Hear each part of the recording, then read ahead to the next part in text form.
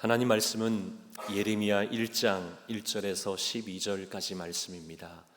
제가 한 절, 우리 성도님께서 한 절 교독하시고요. 마지막 12절은 우리 같이 함께 말씀을 봉독합니다. 베냐민 땅 아나돗의 제사장들 중 hil기야의 아들 예레미야의 말이라. 아몬의 아들 유다 왕 요시야가 다스린 지 13년이 여호와의 말씀이 예레미야에게 임하였고, 요시야의 아들 유다의 왕 여호야김 시대부터 요시야의 아들 유다의 왕 시드기야 11년 말까지 곧 5월에 예루살렘이 사로잡혀 가기까지 임하니라. 여호와의 말씀이 내게 임하니라. 이르시되 내가 너를 모태에 짓기 전에 너를 알았고, 네가 배에서 나오기 전에 너를 성별하였고, 너를 여러 나라의 선지자로 세웠노라 하시기로, 내가 이르되 슬프도소이다. 주 여호와여 보소서, 나는 아이라 말할 줄을 알지 못하나이다 하니, 여호와께서 내게 이르시되 너는 아이라 말하지 말고 내가 너를 누구에게 보내는지 너는 가며 내가 네게 무엇을 명령하든지 너는 말할지니라. 너는 그들 때문에 두려워하지 말라. 내가 너와 함께하여 너를 구원하리라. 나 여호와의 말이니라 하시고, 여호와께서 그의 손을 내밀어 내 입에 대시며 여호와께서 내게 이르시되 보라, 내가 내 말을 내 입에 두었노라. 보라, 내가 오늘 너를 위해 여러 왕국 위에 세워 네가 그것들을 뽑고 파괴하며 파멸하고 넘어뜨리며 건설하고 심게 하였느니라 하시니라. 여호와의 말씀이 또 내게 임하니라. 이르시되 예레미야야, 네가 무엇을 보느냐 하시매 내가 대답하되 내가 살구나무 가지를 보았나이다. 여호와께서 내게 이르시되 네가 잘 보았도다. 이는 내가 내 말을 지켜 그대로 이루려 함이라 하시니라. 아멘. 살아계신 하나님 말씀입니다. 예전 한국 어느 마을에 어린 송아지 한 마리가 우리에서 탈출한 그런 일이 있었습니다. 경찰이 출동해서는 도로를 질주하는 그 송아지를 막 잡으려고 애를 썼습니다. 그렇게 하자 이 놀란 송아지가 어떻게 했냐면 추운 겨울 바다로 이 송아지가 뛰어들었던 것이죠. 얼마나 바닷물이 찹습니까? 그냥 그대로 두면 이 어린 송아지가 죽을 것 같아서 이제 송아지 주인을 데리고 왔죠. 주인이 와서는 아무리 송아지를 불러도 나오질 않는 겁니다. 이제 시간이 흘러 급박한 상황이 벌어지자 죽을 그런 위기에 처하자 마지막 방법으로 엄마 소를 데리고 왔습니다. 그런데 너무나 신기한 것은 엄마 소가 와서는요, 음배 한 번 하니 그 어린 송아지가 거기서 그냥 나오는 겁니다. 언제 바다에 있었냐, 그런 모습으로 나오는 거죠. 주인이 그렇게 애타게 불러도 나오지 않던, 꿈쩍하지 않던 이 송아지가 엄마 소의 음매, 그 부름에 즉각적으로 반응하고서는 나와서 엄마를 따라갔다는 것이죠. 이유가 무엇입니까? 부른 대상이 누구죠? 엄마 소였습니다. 엄마였다는 거죠. 송아지는 신뢰하는 대상인 엄마를 따라간 겁니다. 그러게 우리는 이렇게 이해할 수 있습니다. 부른 대상을 따라간다는 말은 부른 대상을 신뢰한다, 이런 의미로 받아들일 수 있죠. 우리도 마찬가지 아닙니까? 우리가 신뢰하는 하나님, 그 하나님은 따라간다, 절대적으로 신뢰한다는 거죠. 우리 하나님이, 신뢰하시는 하나님이 부르신다면 여러분 어떻게 하십니까? 못 본 채 하고 못 들은 채 하고 고개 돌리십니까? 당연히 따라가는 것 아니겠습니까? 아니, 달려가겠죠. 특히 믿음의 사람이요 그리스도인이라고 하면 하나님의 부르심에 더욱 즉각적인 반응으로 나아간다는 겁니다. 오늘 우리가 함께 교독한 말씀, 이 말씀도 부르심의 한 장면입니다. 오늘 말씀을 쭉 읽어보시면 누가 누구를 부르시는 장면입니까? 누가? 하나님께서 누구를? 예레미야를 부르셨다는 것이죠. 그런데 예레미야가 이 하나님의 부르심에 어떻게 반응했습니까? 우리 같으면 하나님 부르신다 그러면 기뻐서 방방 뛰면서 막 즐겁게 달려나갈 겁니다. 그런데 예레미야는 그렇게 하지 않았다는 것이죠. 쓰시기 위해서, 사용하시기 위해서 부르셨는데 못하겠다라고 했다는 것이죠. 그러자 우리 하나님 어떻게 하십니까? 계속 말씀을 쭉 읽어보시면 우리 하나님이 설득하시기 시작하시죠. 저는 오늘 이 말씀을 읽으면서 몇 가지 궁금증과 질문이 막 제 마음속에 일어나는 겁니다. 아니, 왜 하나님 이렇게 하고 계시지? 직접 그냥 하시면 될 텐데 왜 예레미야를 이토록 부르시는 걸까? 그런 가운데 이런 질문도 떠오르는 겁니다. 그러면 하나님은 도대체 어떤 사람을, 누구를 부르시는가? 또한 부르시는 이유는 무엇인가? 그뿐만이 아니라 부르신 사람은 어떻게 책임지는가? 이 점에 대해서 막 궁금증이 생기는 겁니다.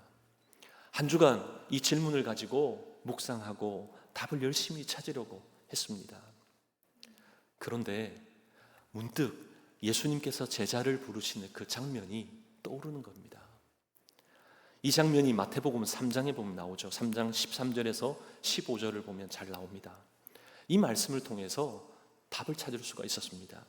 그래서 오늘은 몇 가지 질문에 대한 이 답을 오늘 말씀과 마가복음 3장 13절에서 15절 이 말씀을 좀 비교하면서 함께 주신 은혜를 나누길 원합니다. 세 가지 질문입니다. 첫 번째 질문은 하나님은 누구를 부르십니까? 하나님은 누구를 부르신다는 건지 함께 좀 살펴보기를 원합니다. 1절 말씀입니다. 우리 다시 한번 봉독할까요? 함께 봉독합니다. 베냐민 땅 아나돗의 제사장들 중 hil기야의 아들 예레미야의 말이라. 아멘. 오늘 1절을 통해서 예레미야가 어느 지역 누구의 아들이라고 말씀합니까? 어느 지역이죠? 예레미야는 베냐민 땅 아나돗의 제사장들 중 누구의 아들? hil기야의 아들이라고 그렇게 기록하고 있습니다. 자, 여기서 베냐민 땅 아나돗, 여기가 어떤 곳이냐면 그 당시에는 유배지였습니다. 이 유배지란 말은 죄인들이 사는 곳이잖아요. 그러니까 일반 사람들이 꺼리는 곳입니다. 이 말은 예레미야가 승승장구하는 가문이 아닌 몰락한 가문의 그런 제사장이었다, 우리 그렇게 유추해 볼 수 있는 것이죠. 또한 예레미야가 부르심을 받았던 이때가 대략 20살 정도라고 봅니다. 대부분의 학자들이. 이 말은 어린 나이에 부르심을 받았다는 것이죠. 우리가 이와 같은 1장의 1절에 나와 있는 이 말씀을 통해 우리가 알 수 있는 게 뭡니까? 예레미야는 어렸고 몰락한 가문에 사람들이 잘 알지 못하는 외딴 곳에 살던 그런 제사장이었다. 우린 그렇게 알 수 있다는 것이죠. 한마디로 말하면 참 볼품없고 누구도 알지 못하는 무명의 사람이었다는 겁니다. 좀처럼 알려지지 않은 그런 사람이었던 것이죠. 그런데 우리 하나님이 그런 예레미야에게 나타나셨습니다. 그리고 뭐라고 말씀하신 겁니까? 오늘 5절입니다. 5절 우리 함께 봉독할까요? 내가 너를 모태에 짓기 전에 너를 알았고 네가 배에서 나오기 전에 너를 성별하였고 너를 여러 나라의 선지자로 세웠노라 하시기로. 아멘. 무슨 말씀입니까? 네가 생기기 전에 이미 나는 너를 알았고 출생하기도 전에 너를 구별했다. 누가 말씀하시는 것이죠? 우리 하나님이. 더군다나 그는 아무도 알아주지 않는 그런 외딴 곳 유배지에서 그렇게 살아왔는데 우리 하나님 그 다음 뭐라고 말씀합니까? 여러 나라의 선지자. 여러 나라 가본 적도 없습니다. 또 그 나라에 갈 준비도 되어 있지 않죠. 그런 사람을 여러 나라의 선지자로 세웠노라. 세웠노라. 너무나 놀랍지 않습니까? 이 말씀을 통해 우리 하나님은 어떤 사람, 누구를 쓰시는가, 누구를 세우시는가 우리는 정확하게 알 수 있다는 겁니다. 우리는 보통 준비된 사람이 하나님께 쓰임받을 것이다 그렇게 생각하시죠. 물론 틀린 말 아닙니다. 그렇다고 다 맞는 것도 아니라는 거죠. 오늘 말씀은 그렇지 않을 수도 있다는 겁니다. 하나님은 준비된 사람을 부르시는 게 아니라 준비될 사람을 하나님 부르시는 줄 믿습니다. 요한복음 1장 42절 말씀을 보면 예수님께서 베드로를 향하여 뭐라고 말씀합니까? 네가 요한의 아들 시몬이니 장차 게바라 하리라. 앞으로 너를 시몬이라 하지 않고 게바라 하겠다는 겁니다. 이 시몬, 게바 다 같은 말이죠. 시몬은 시므온이라고 하는 히브리어를 헬라로 표현하면 시몬이 됩니다. 이 게바란 말은 아람어인데요. 이 아람어가 헬라어로 표현하면, 헬라식 표현하면 베드로입니다. 다 같은 말입니다. 이 게바란 말의 뜻이 뭐죠? 반석이라고 하는 의미죠. 이 반석, 근데 여러분 한번 생각해 보십시오. 베드로의 삶이, 베드로의 그 이름 그대로 반석과 같은 그런 삶이었습니까? 그런 이름에 걸맞는 그런 삶이었나요? 전혀 그렇지 않았죠. 베드로 가슴은 뜨거웠습니다. 그런데 행동이 받쳐주지 못했죠. 성질은 급했고 다혈질이었고 덤벙거리기에 사고만 쳤던 사람이 바로 베드로였습니다. 반석의 이미지와는, 굳건한 사람이라고 하는 그런 이미지와는 전혀 관계없는 것처럼 보이는 사람이죠. 그런데도 예수님이 뭐라고 부르시겠다고요? 게바라, 반석이라 부르신다는 겁니다. 이게 무슨 말이죠? 잘해서 그렇게 부르신 것이 아니라 잘할 것을 믿고 부르신다는 겁니다. 여기에 놀라움이 있는 것이죠. 지금 반석이 아니지만, 볼품없지만 장차 반석이 될 것을 믿고 선포하신 겁니다. 그러게 우리 하나님은 준비된 자를 쓰시는 게 아니라 준비될 자 믿고 부르신다는 겁니다. 여러분 믿으십니까? 그런가 하면 마가복음 3장 13절 말씀을 보면 예수님이 제자를 부르실 때 누구를 부르셨다라고 말씀합니까? 정확하게 말씀하고 있죠. 13절에 누구를 부르셨다고요? 자기가 원하는 자들을 부르시니. 예수님이 원하는 사람을 부르셨다는 겁니다. 저는 이 말씀을 읽을 때마다, 이 말씀 묵상할 때마다 너무 좋습니다. 막 이 말씀을 묵상할 때마다 막 가슴이 뜁니다. 감격이 됩니다. 왜냐면요, 예수님의 부르심이 멋있는 사람, 잘난 사람, 일 잘하는 사람, 능력 많은 사람, 이런 기준으로 부르시지 않았기 때문이죠. 아무리 부족하고 연약하고 보잘것없어도 주님이 원하시면 믿고 부르신다는 겁니다. 다른 이유 없습니다. 주님이 원하셔서 그렇게 될 줄 믿고 부르셨다는 것이죠. 예레미야를 부르신 이유도 마찬가지입니다. 우리 하나님이 원하셔서 예레미야를 부르셨다는 겁니다. 다른 이유 없습니다. 특별해서가 아니라 부르셨다는 거죠. 그런데 하나님이 예레미야를 언제 부르셨다라고 말씀합니까? 다시 한번 5절을 보시면 모태에 짓기 전, 배에서 나오기 전. 이게 무슨 말입니까? 태어나기 전부터 구별했다는 겁니다. 쉽게 말씀드리면 즉흥적으로 아무렇게나 부르신 게 아니라는 겁니다. 누구를 선지자로, 누구를 제사장으로 한번 써볼까? 그냥 그렇게 하다가 너 이렇게 그냥 막무가내 그렇게 찝으신 게 아니라는 겁니다. 모태 짓기 전에, 배에서 나오기 전에 하나님께서는 구별하셨다. 우리 하나님이 계획하셨다는 겁니다.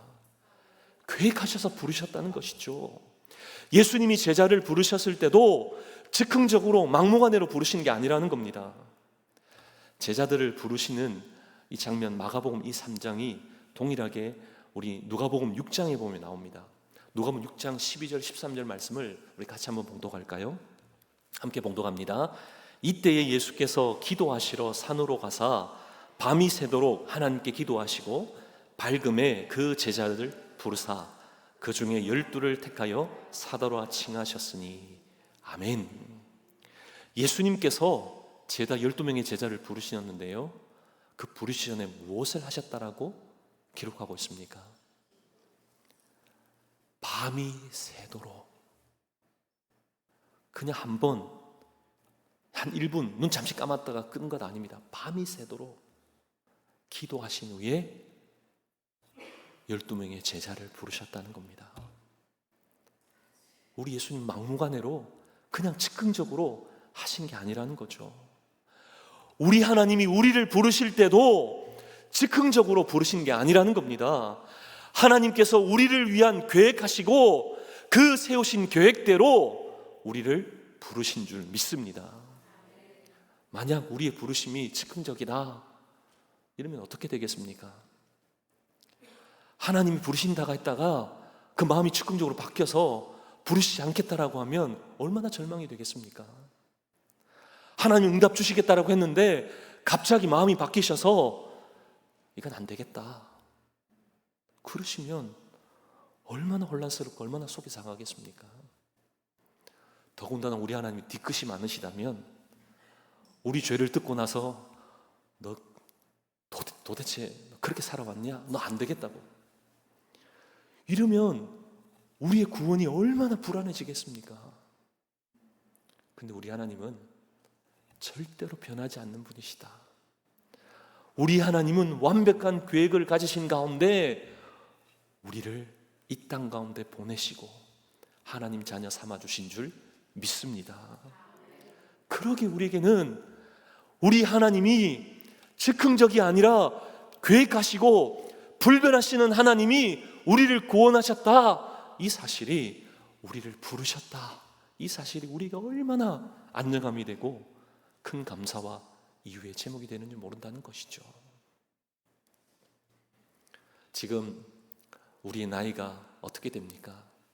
30대도 계시고 40대도 50대도 60대도 70대도 계실 겁니다. 그런데 여러분, 이 말이 무슨 말인 줄 아십니까? 내가 50대다 그러면 이게 무슨 말입니까? 여긴 두 가지 의미를 우리는 생각해 보아야 하는 것이죠. 하나는 50대다라는 말은 50년 동안 하나님의 은혜를 받았다는 말이죠. 또 다른 하나는 주님이 나를 부르신 지 50주년이 되었다는 겁니다. 여러분, 그러기에 우리의 세월, 우리의 나이를 떠올릴 때마다 여러분 이제는 이렇게 생각하셔야 됩니다. 하나님이 나를 부르신 지가 50주년이 되었구나, 60주년이 되었구나. 이렇게 우리 하나님 나를 부르셨음에 대한 감사와 영광을 올려드릴 수 있는 저와 여러분 되시기를 축복합니다. 두 번째 질문은 뭡니까? 사람을 부르시는 이유가 무엇이냐 하는 것이죠. 사람을 부르시는 이유가 무엇입니까? 사실 하나님이 예레미야를 부르셨을 때 예레미야는 어떤 반응을 보였습니까? 6절을 보면 나는 아이라 말할 줄을 알지 못한 아이다. 말도 안 되는 그런 변명으로 부르심에 대해서 거부하고 있는 거죠. 그런데 7절 이후의 말씀을 쭉 읽어보시면 우리 하나님은 그런 예레미야를 포기하지 않으시고 계속해서 설득하시는 것을 보게 됩니다. 여러분, 참 이상한 장면 아닙니까? 사실 그냥 힘들게 이렇게 예레미야 부르지 않고 하나님이 직접 하시면 너무나 쉽고 편하게 하시지 않을까요? 그런데 왜 고집스럽게 예레미야를 부르시는 겁니까? 왜 설득하셔서 이렇게 쓰시고자 하시는 겁니까? 하나님이 예레미야에게 어떤 약점이라고 잡혀서 그런 건가요? 아니면 어떤 빚을 지고 있기에 그런 건가요?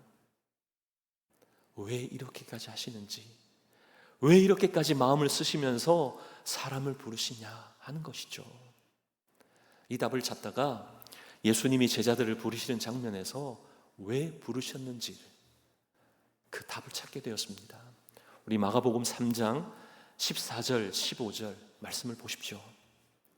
우리 말씀을 보시면 이에 12를 세우셨으니 이는, 세우신 이유가 그 다음에 계속 나옵니다. 몇 가지입니까? 3가지를 말씀하고 있죠. 그 3가지가 무엇이죠? 자기와 함께 있기를 원하셔서, 그리고 전도도 하며, 또한 귀신도 내쫓는 권능도 가지게 하려고 그렇게 우리 하나님이 부르셨다는 겁니다. 이게 무슨 말이죠? 능력 많으신 하나님이 다 할 수 있는 일입니다. 근데 제자를 부르셔서 그 일을 맡기셨다는 것이죠. 왜요? 함께 하시고 싶어서, 사람과 함께 일하시고 싶어서, 제자들과 함께 동력하시고 싶어서 우리 하나님은 그들을 부르셨다는 겁니다. 근데 여러분, 이것만큼 비효율적인 것이 어디에 있습니까? 정말 비효율적이지 않습니까? 여러분 한번 생각해 보시죠. 우리 여러분의 자녀들이 어릴 적에 한 번씩 부엌에 이렇게 들어오지 않습니까? 엄마 그리고 아빠가 막 부엌에서 뭔가를 하고 있으면 아이들이 막 어린아이들이 와서 어떻게 합니까? 도와주겠다라고 하죠. 근데 실제로 그게 도움이 되는 겁니까? 막 이것저것 하다 보면 난장판이 되지 않습니까? 그런데도 엄마 아빠는 어떻게 하죠? 보통의 엄마 아빠는 그냥 그렇게 하도록 둡니다. 왜요? 그 시간이, 함께하는 그 시간이 좋고 기쁘기에 그냥 그렇게 하도록 둔다는 것이죠. 예전에 저도 아이들이 어렸을 적에 집에서 함께 부침개를 만든 적이 있습니다. 여러분 생각해 보시죠. 8살, 3살 그 아이들과 함께 부침개를 만든다. 아이들이 도와준다고 옆에서 막 돕습니다. 근데 밀가루, 부침가루 얼마나 부드럽습니까? 손으로 주물럭거리기에 그게 온 사방에 다 튀더라고요. 또 물을 섞으면 그 반죽물 얼마나 부드럽습니까? 손을 푹 집어넣으면 얼마나 재밌나요? 그리고 집어넣었던 그 손을 그냥 가만히 있나요? 여기도 만지고 저기도 만지고, 네. 온 반죽물이 튀죠. 그리고 옆에 있던 기름 그냥 가만히 두나요? 방에다 쏟아붓습니다. 일은 더 많아지죠. 시간도 더 걸리고 고추장스럽습니다. 그런데도 부모님들은 어떻게 하죠? 막 화를 내면서 이놈 자식들 왜 이럴까? 한시간만 이러면 아이들을 그렇게 막 째려봅니까? 그러지 않죠. 뭔가라도 그냥 같이 할 수 있기에 그냥 웃으면서 그냥 재미나게 하는 겁니다. 그 시간이 너무나 귀하기에 그냥 같이 만드는 게 좋은 겁니다. 못 만들어도 괜찮아요. 반죽물이 튀어도 괜찮고 기름을 다 쏟아도 괜찮습니다. 아이들과 함께함이 기쁜 것이죠. 우리 하나님이 우리를 부르신 이유도 동일한 겁니다. 함께 하고 싶으셔서 부르셨다는 겁니다. 부침개 만드는 게 중요한 게 아니라 함께 같이 하는 게 중요한 거죠. 사실 하나님 혼자 하시면 편할 겁니다. 부모님도 혼자 하면 편하죠. 그러나 우리 하나님은 함께 하기를 원하신다는 겁니다. 그러기에 하나님 나라에는 저와 여러분 한 사람 한 사람이 하나님 보시기엔 너무나 귀한 존재라는 것이죠. 왜요? 하나님 나라에 필요한 각기 맡은 분량의 달란트 일꾼이기 때문이라는 겁니다. 우리는 지난 수요일, 목요일, 금요일 3일 동안 우리 교회에 VBS가 있었습니다. 이름 성경학교가 있었죠. 우리 어린 주의 자녀들이 이 VBS에 참석했습니다. 우리 교회 우리 성도님들도 또 우리 유스 자녀들도 손발을 걷어붙이고 함께 나와 열심히 봉사하며 섬겼습니다. 왜 그들이 VBS에 참석을 하고 또 VBS에 왜 섬겼겠습니까? 그것은 바로 우리 하나님이 함께 하시고자 하는 그 사실을 알기에 나온 줄 믿습니다. 그 하나님이 부르신다는 그 사실을 알기에 나온 줄 믿습니다. 그러기에 열심히 섬겼던 것이죠. 열심히 나와 하나님이 함께 하시는 그 자리에서 하나님과 함께 동행하는 그 삶을 누렸던 것이죠. 우리 하나님 지금 우리를 어디로 부르십니까? 예배의 자리로, 또 우리를 직장과 가정에서는 축복의 자리로 우리를 부르십니다. 교회에서는 사명의 자리로, 일꾼의 자리로 우리를 부르시죠. 우리 하나님이 우리를 부르신다. 우리는 그 부르심에 즉각적인 반응으로 나가야 하는 줄 믿습니다. 이번 한 주간의 삶 속에 하나님이 나와 함께 하시고 싶어서 부르신다면 그 어느 자리에서도 하나님과 함께 기뻐 뛰며 섬기고 귀한 사랑을 나누는 저와 여러분 되시기를 축복합니다. 마지막 세 번째 질문입니다. 하나님이 부르시면 어떻게 책임지십니까? 하나님이 부르시면 어떻게 책임지십니까? 부르심에 거부한 예레미야에게 하나님이 뭐라고 말씀하셨습니까? 7절부터 10절까지의 말씀을 보면 하나님이 예레미야를 설득하시죠. 그런데 말씀을 쭉 읽어보시면 계속해서 반복되어져 나오는 한 단어가 있습니다. 그 단어가 뭐죠? 내가입니다. 내가. 무려 5번이나. 내가가 누구죠? 우리 하나님이시잖아요. 하나님이 이렇게 반복적으로 말씀하고 계시죠. 이게 무슨 말입니까? 하나님의 일은 사람이 하는 게 아니라 내가, 하나님이, 우리 주님이 하신다라고 말씀하는 겁니다. 할렐루야. 너무나 놀랍고 감사하지 않습니까? 네가 아니라 내가 한다는 겁니다. 근데 더 놀라운 것은요, 하나님이 내가 하겠다라고 하시면서 마지막으로 정점을 찍으신 말씀이 바로 그 다음 절인 11절, 12절입니다. 우리 같이 말씀 봉독할까요? 여호와의 말씀이 또 내게 임하니라 이르시되 예레미야야 네가 무엇을 보느냐 하시매 내가 대답하되 내가 살구나무 가지를 보았나이다. 여호와께서 내게 이르시되 네가 잘 보았도다. 이는 내가 내 말을 지켜 그대로 이루려 함이라 하시니라. 아멘. 하나님이 갑자기 예레미야에게 뜬금없이 무엇을 보느냐 이렇게 질문합니다. 그리고 이 질문에 대해서 예레미야는 어떻게 대답하죠? 살구나무 가지가 보입니다. 이 개역 한글이나 개역 개정으로 나와 있는 그 한글로 된 성경을 읽으면 이 말에 대한 의미들을 정확하게 좀 알기가 어렵습니다. 원어로 보면 이 살구나무라는 것이 실은 살구나무가 아니라 아몬드 나무입니다. 영어 성경에도 아몬드 나무라고 나와 있죠. 이 아몬드 나무, 이걸 히브리어로 보면 샤케드입니다. 샤케드. 내가 무엇을 보느냐? 하나님, 샤케드, 아몬드 나무가 보입니다. 이렇게 답을 듣고 나서 그 다음에 뭐라고 말씀하시냐면 우리 하나님이 네가 잘 보았다. 이는 내가 내 말을 지켜 그대로 이루려 함이라. 하나님이 그 말 그대로 이루시겠다. 이 말씀의 부분을 히브리어로 원어로 보면 샤카드입니다. 하나님 자신이 그대로 이루시겠다. 샤카드 이렇게 말씀하셨다는 겁니다. 이게 무슨 말이죠? 히브리어 원어는 같은 말이지만 서로 다른 뜻으로 사용하고 있죠. 예레미야로 식물 아몬드 나무를 보게 하시고는 하나님은 동사로 내가 지킨다 그렇게 말씀하셨다는 겁니다. 비슷한 말이지만 같은 자리에 사용함으로 히브리어 표현은 언어 유희, 일종의 라임인 것이죠. 우리가 흔히 광고를 보면 이 라임 기법을 많이 사용하잖아요. 이게 무슨 말입니까? 보통 광고를 보면 우리 물티슈 광고 중에 이런 광고가 있습니다. 물티슈, 걱정 없슈. 좀 이해가 되세요? 이런 라임이 있다는 거죠. 그 항공사에 보면 광고 중에 비즈니스에서 해피니스로 이렇게 라임을 맞춰서 이렇게 광고하는 겁니다.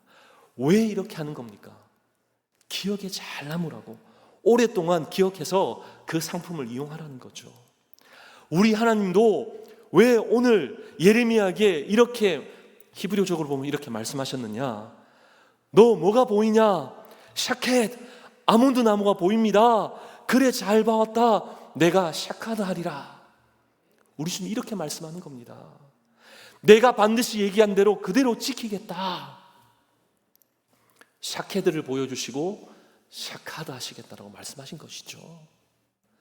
예레미야는 부르심에도 거절했습니다. 그런데 하나님은 아몬드 나무까지 보여주시면서 내가 반드시 약속하신 것은 지키겠다. 샤케드가 샤카드 되도록 하시겠다고 우리 주님 말씀하시는 것이죠. 예레미야가 이 장면을 잊을 수 있었겠습니까? 평생 기억했을 겁니다. 아마 본문에 나와 있지 않지만 아마 그 순간 예레미야가 펑펑 주님 앞에서 울면서 평생 주님을 섬기겠습니다. 이런 고백이 터져 나오지 않았을까요? 정말 기가 막힌 하나님의 부르심이잖아요. 사랑하는 저와 여러분, 하나님이 우리를 왜 부르셨습니까? 우리와 함께 하시고 싶어서, 함께 하시고 싶어서 우리를 원하셔서 우리를 부르신 줄 믿습니다. 그냥 부침개 사다 먹으면 편하잖아요. 왜 아이들과 만들까요? 함께하는 기쁨이 있기에. 그런데요, 그 부침개의 완성은 누가 합니까? 부모님이 하잖아요. 아이들 보고 내버려 두지 않습니다. 사방으로 어질러져도, 재료가 너무 많이 들어가도 전혀 상관없이 부모님이 마무리 짓습니다. 맛있게 만들어 주시잖아요. 우리의 삶도 마찬가지라는 겁니다.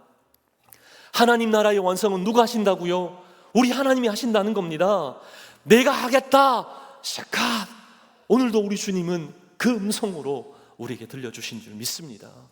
그러게 우리는 샤카, 내가 지키겠다, 우리 그 주님만 따라가면 되는 겁니다.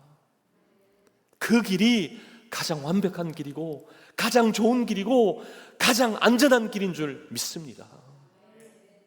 여러분, 야구를 보면 야구엔 투수가 있고 포수가 있잖아요. 투수는 던지는 사람이고 포수는 받는 사람입니다. 여러분, 우리 인생에서 이것을 비유해 보면, 적용해 보면 어떻습니까? 우리 인생의 투수는 누구입니까?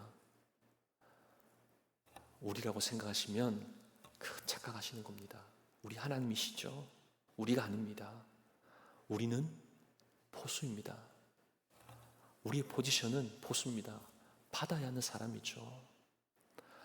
포수이기에 하나님께 이렇게 보내달라, 저렇게 이쪽 저쪽으로 사인을 보낼 수 있습니다. 그런데 던지는 것은 투수 마음이죠. 우리가 이쪽으로 던져달라고 했는데 우리 하나님 저쪽으로 던질 수 있습니다. 그러면 포수인 사람은 어떻게 합니까? 아이, 기분 나빠, 받지 않을래. 그러면 그 게임 망치는 것이죠. 던지면 어느 곳이든 받아야 하는 겁니다. 포수는 어떻게 해서든 받아내야 하는 것이죠. 우리는 하나님께 포수입니다. 하나님이 이끄시는 대로 받아들여야 하는 것이죠. 우리의 주장, 우리가 이렇게 하겠다, 내세워서는 안 되는 겁니다. 결코 우리는 하나님을 설득하는 자가 아니라 하나님께 설득당해야 하는 자인 줄 믿습니다.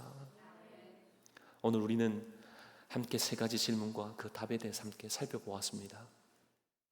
하나님은 누구를 부르십니까? 우리 하나님의 부르심은 준비된 자가 아니라 준비될 자, 원하는 자를 우리 하나님이 부르신다는 겁니다. 그러면 그렇게 부르시는 이유가 뭐라고요? 우리와 함께 하시고 싶어서 부르신다는 것이죠. 마지막으로 부르셔서는 어떻게 책임지신다고요? 우리 하나님이 부르시면 샤카, 말씀하신 그대로 이루어 주신 줄 믿습니다. 여러분, 믿으십니까? 이번 한 주간도 우리 하나님 부르심 앞에서 순간순간 우리 하나님과 동행하고 샤카다 하시는, 반드시 지키시는 그 하나님을 믿고 날마다 승리의 걸음을 걷는 저와 여러분 되시기를 주님의 이름으로 축복합니다.